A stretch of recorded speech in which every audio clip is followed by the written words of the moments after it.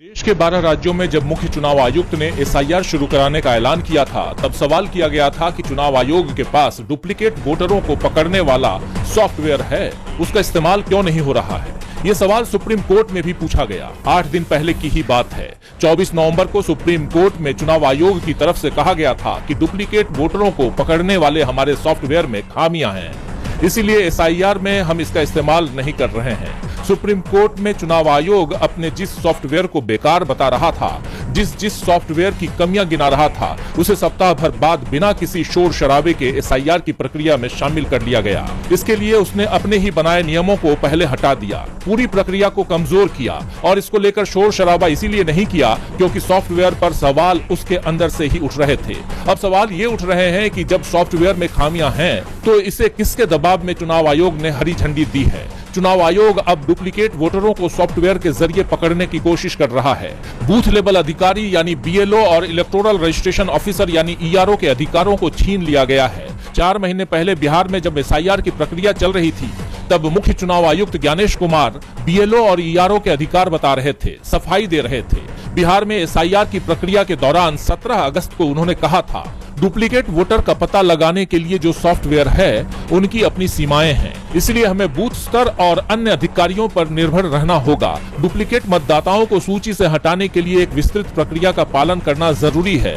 हम केवल दावे के आधार पर किसी का नाम नहीं हटा सकते। इसके लिए ईआरओ मौके पर जाएंगे, मतदाता के बारे में जानकारी जुटाएंगे। वोटर को जवाब देने के लिए कानूनी समय सीमा तय की गई है, उसे समय दिया जाएगा, पूरी जांच होगी। उसके बाद ईआरओ किसी वोटर का नाम काटने पर फैसला करेंगे। लेकिन अब यह काम ईआरओ की जगह मुख्य चुनाव आयोग का सॉफ्टवेयर कर रहा है। ईआरओ सिर्फ पोस्टमैन बनकर रह गए हैं। उनके नाम से वोटरों को नोटिस जारी हो रहा है। चुनाव आयोग ने एसआईआर प्रक्रिया के बीच एक और सॉफ्टवेयर का इस्तेमाल शुरू कर दिया है। सबसे बड़ी बात तो यह है कि इसकी जानकारी न तो वोटरों को है और न ही एसआईआर प्रक्रिया में शामिल अधिकारियों को। सब कुछ गुप्त रूप से हो रहा है। पश्चिम बंगाल में इस बात का भी खुलासा हुआ है कि जब ईआरओ सॉफ्टवेयर पर लॉगिन करते हैं तो उनके सामने हजारों की संख्या में उन मतदाताओं के नाम आ रहे हैं जिन्हें नोटिस जारी करना है।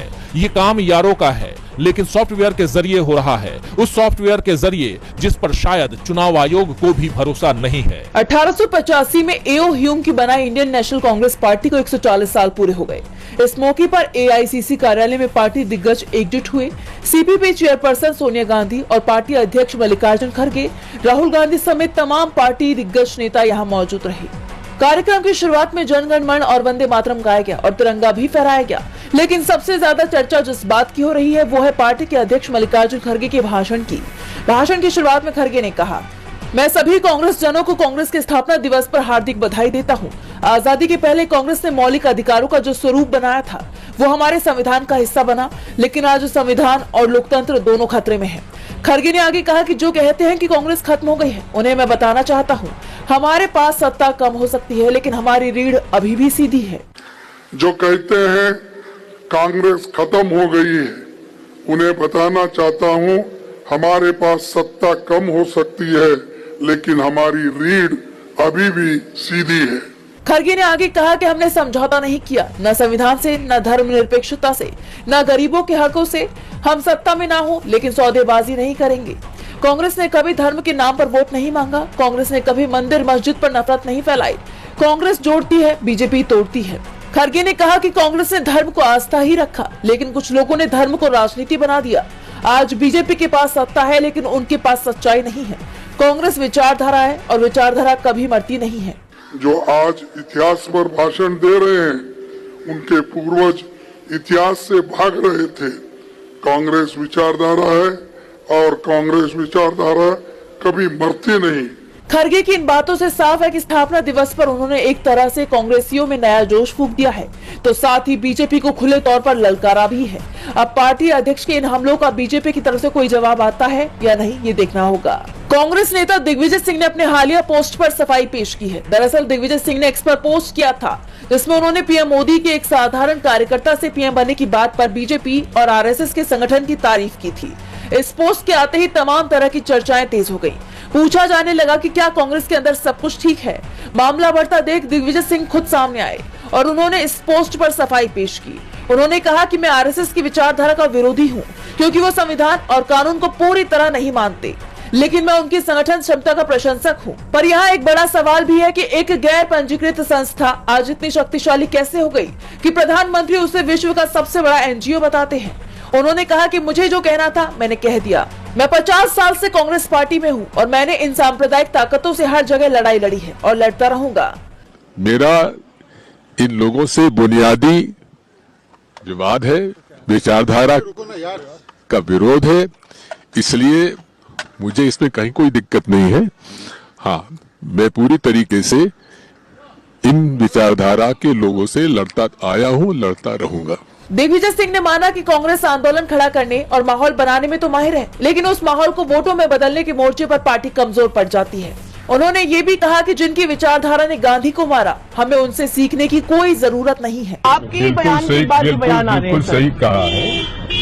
नोट से हत्यारों हमें कुछ सीखने की आवश्यकता नहीं। सही। दिग्विजय सिंह के इस बयान पर पार्टी के दूसरे नेताओं का भी बयान आया है। जब शशि थरूर से दिग्विजय सिंह की पोस्ट को लेकर सवाल किया गया तो उन्होंने क्या कुछ कहा, सुनिए। हमारे तो 140 साल के इतिहास है, उसमें तो बहुत सारी चीजें सीख सकते हैं उससे ना।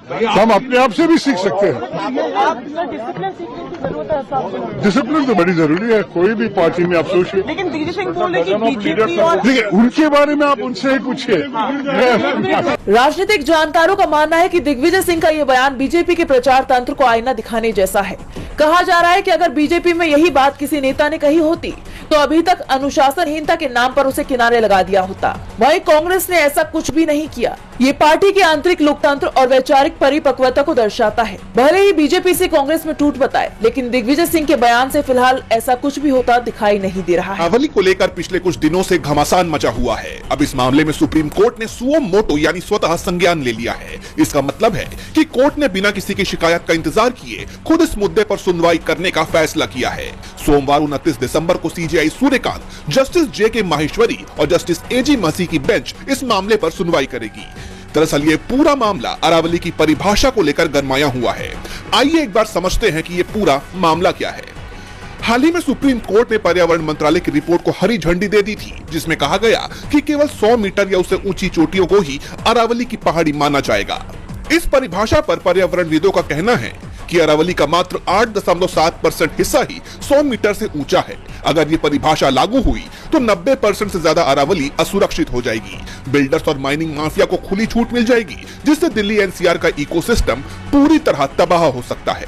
विपक्ष और पर्यावरण एक्टिविस्ट इसे सरकार की अरावली पहाड़ियों को बेचने की साजिश बता रहे हैं। जैसा कि आप जानते हैं कि अरावली सिर्फ पहाड़ नहीं बल्कि रेगिस्तान को दिल्ली एनसीआर की तरफ से बढ़ने से रोकने वाली एक दीवार है। अगर ये दीवार ढह गई तो प्रदूषण और गर्मी का संकट और ज्यादा गहरा जाएगा। अब इन सब के बीच सभी की निगाहें सोमवार को होने वाली सुनवाई पर टिकी हैं। अब कोर्ट पुरानी परिभाषा पर ही कायम रहेगा या पर्यावरण की रक्षा के लिए कोई नया फॉर्मूला निकालेगा, ये तो देखना होगा। उन्नाव मामले में दोषी पूर्व बीजेपी विधायक कुलदीप सिंह सेंगर को दिल्ली हाईकोर्ट से जमानत मिलने के बाद बड़ा विवाद खड़ा हो गया है। सेंगर को मिली राहत के खिलाफ सीबीआई ने सुप्रीम कोर्ट में याचिका दायर कर जमानत को चुनौती दी है, जिस पर अब सीजेआई सूर्यकांत सख्त नजर आ रही है। सीजीआई की अध्यक्षता वाली 3 जजों की बेंच 29 दिसंबर को सुनवाई करेगी। सीबीआई ने अपनी दलील में कहा है कि दिल्ली हाई कोर्ट ने उस विश्वास और अधिकार की अनदेखी की है जो एक विधायक को संवैधानिक पद पर होने के नाते मिलता है। सीबीआई का कहना है कि अगर सांसद विधायक पर भ्रष्टाचार निरोधक अधिनियम यानी कि पीसी एक्ट के तहत लोक सेवक मानकर मुकदमा चलाया जा सकता है तो उन्हें पॉक्सो एक्ट के तहत भी लोक सेवक ही माना जाना चाहिए। सीबीआई ने सुप्रीम कोर्ट के एल के आडवाणी वर्सेस सीबीआई मामले के फैसले का जिक्र किया है। उस मामले में अदालत ने व्यवस्था दी थी कि सार्वजनिक पद पर बैठा कोई भी व्यक्ति, चाहे वो सांसद हो या विधायक, लोक सेवक की श्रेणी में आता है। जैसा आप जानते हैं कि दिल्ली हाई कोर्ट ने उस मामले में सेंगर को जमानत दी जिसमें उसे जीवन भर जेल में बिताने की सजा दी गई थी। दिल्ली हाई कोर्ट ने अपने फैसले में कहा था कि सेंगर का मामला पोक्सो एक्ट की धारा 5C के दायरे में नहीं आता। ये धारा यौन हमले से संबंधित है जो तब लागू होती है जब अपराध किसी पुलिस अधिकारी, सशस्त्र बल के सदस्य, लोक सेवक या शिक्षक संस्थान के कर्मचारी द्वारा किया गया हो। एक विधायक इस परिभाषा में फिट नहीं बैठता। दिल्ली हाईकोर्ट के इस फैसले के बाद भी सेंगर को जमानत मिली, जिसके बाद सीबीआई ने सुप्रीम कोर्ट का दरवाजा खटखटाया और अब इस पूरे मामले को खुद सीजेआई सूर्यकांत लीड करने वाले हैं। 29 दिसंबर को मामले में सुप्रीम कोर्ट में सुनवाई होनी है, जिस पर सबकी निगाहें टिकी हुई हैं। बिहार की सियासत में इन दिनों भूचाल आया हुआ है। उपेंद्र कुशवाहा की पार्टी राष्ट्रीय लोक मोर्चा के अंदर मची भगदड़ अब सिर्फ पार्टी तक सीमित नहीं रह गई है, अब इसे सीधे नीतीश कुमार की कुर्सी पर खतरे से जोड़कर देखा जा रहा है। पूरे विवाद की शुरुआत तब हुई जब उपेंद्र कुशवाहा के बेटे को बिहार सरकार में मंत्री बनाया गया। इस फैसले से पार्टी के भीतर असंतोष पनप गया। पार्टी के 4 में से 3 विधायक माधव आनंद, रामेश्वर कुमार महतो और आलोक कुमार सिंह ने मोर्चा खोल दिया। तीनों ने बीजेपी के राष्ट्रीय कार्यकारी अध्यक्ष नितिन नबीन से मुलाकात की। विधायकों का आरोप है कि पार्टी अब परिवारवाद की राह पर चल पड़ी है। अब इस घटनाक्रम पर आरजेडी की प्रतिक्रिया आई है। आरजेडी के प्रवक्ता मृत्युंजय तिवारी ने आरोप लगाया कि ये सारा खेल मुख्यमंत्री नीतीश कुमार को कुर्सी से हटाने के लिए रचा जा रहा है। आरजेडी का कहना है कि बीजेपी उपेंद्र कुशवाहा की पार्टी के 3 विधायकों को तोड़ने में लगी हुई है। राष्ट्रीय लोक मोर्चा को तोड़ने के बाद बीजेपी नीतीश कुमार को मुख्यमंत्री की कुर्सी से हटाकर अपना मुख्यमंत्री लाएगी। उधर बीजेपी ने इन आरोपों को सिरे से खारिज कर दिया है। पार्टी के प्रवक्ता प्रभाकर मिश्रा का कहना है कि यह राष्ट्रीय लोक मोर्चा का आंतरिक मामला है और बीजेपी सिर्फ बिहार के विकास और एनडीए की मजबूती पर ध्यान दे रही है।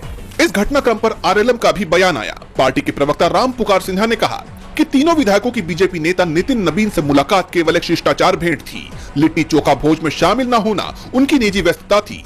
पार्टी के सभी विधायक पूरी तरह एकजुट हैं। राजनीतिक जानकारों का मानना है कि विधायकों की नाराजगी और बीजेपी के बड़े नेताओं से उनकी मुलाकात सामान्य नहीं है।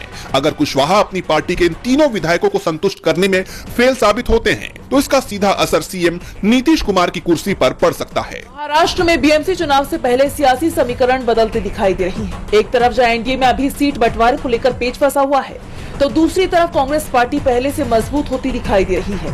कांग्रेस का कुनबा बढ़ता जा रहा है। बृहन मुंबई म्युनिसिपल कॉर्पोरेशन यानी बीएमसी चुनाव से ठीक पहले कांग्रेस और प्रकाश अंबेडकर की वंचित बहुजन आघाड़ी यानी वीवीए ने गठबंधन कर लिया है और आधिकारिक तौर पर इसका ऐलान भी कर दिया है। कांग्रेस के ऐलान ने एनडीए की टेंशन बढ़ा दी है, साथ ही बड़ी चुनौती भी खड़ी कर दी है। बता दें कि कांग्रेस और वीवीए दोनों ही दलों के बीच सीट शेयरिंग को लेकर समझौता भी हो गया है। दोनों पार्टियों के नेताओं के बीच कई राउंड की बातचीत के बाद ये तय हुआ है। बीएमसी की 227 सीटों में से कांग्रेस 165 सीटों पर अपने उम्मीदवार उतारेगी, जबकि वीवीए 62 सीटों पर चुनाव लड़ेगी। महाराष्ट्र कांग्रेस के अध्यक्ष हर्षवर्धन सपकाल ने कहा, हम दोनों नैसर्गिक एक समान विचारधारा की पार्टी है। आज से पूरे महाराष्ट्र में हमारा गठबंधन हुआ है। हम आज से मित्र पक्ष है। हमारे विचार समान है, हमारे मतदाता समान है, हमारी एक संख्या पर बात हुई है। आज कांग्रेस का स्थापना दिवस है और आज ही इस नए गठबंधन की घोषणा हो रही है। इससे महाराष्ट्र में नया परिवर्तन आपको दिखाई देगा। ऐसे में दोनों दल आगे की रणनीति तैयार करने में जुटे हैं और अब कांग्रेस के इस ऐलान ने एनडीए में घमासान मचा दिया है। जैसे जैसे गठबंधन बदल रहे हैं, वैसे वैसे मुंबई का सियासी रण और गर्माता जा रहा है। ऐसे में बीएमसी चुनाव काफी दिलचस्प मोड़ में जाता दिखाई दे रहा है।